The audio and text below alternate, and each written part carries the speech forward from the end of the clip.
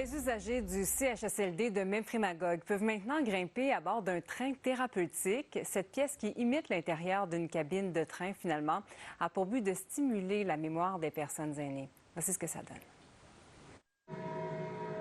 On n'a pas une bonne journée, des fois.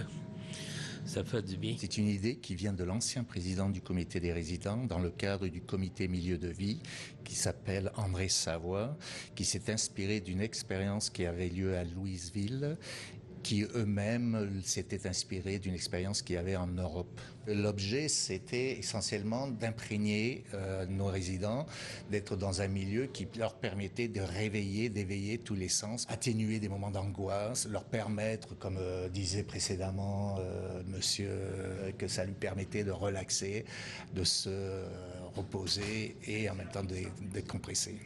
Quand mes enfants me disent qu'ils vont venir me voir puis ils viennent pas, bien, ça, c'est pas une bonne journée. C'est mieux de venir s'asseoir ici. Je relaxe.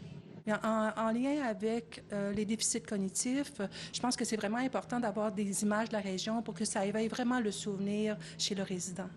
On va alterner les régions pour que les gens puissent, d'une façon ou d'une autre, être éveillés par ces belles images. D'avoir aussi des images de toutes les saisons. Donc, au niveau cognitif, quand c'est l'hiver, de voir des images d'hiver, ça va les aider dans leur orientation. C'est assez grand parce que les gens qui sont en fauteuil roulant, en fauteuil gériatrique, en fauteuil électrique, ont quand même besoin d'un certain espace pour être capable de circuler. Donc, les gens vont pouvoir venir jour, soir, nuit. Ça, c'est important de le savoir parce que les gens qui ont des problèmes cognitifs ont souvent une montée d'anxiété de soir et de nuit. Donc, c'est un endroit où on va pouvoir les amener de soir et de nuit pour retrouver un certain calme, pour s'orienter un petit peu mieux, pour s'apaiser. Si on se ferme les yeux, on se passe vraiment dans un train. On l'attend rouler ses rails, puis le toc-toc.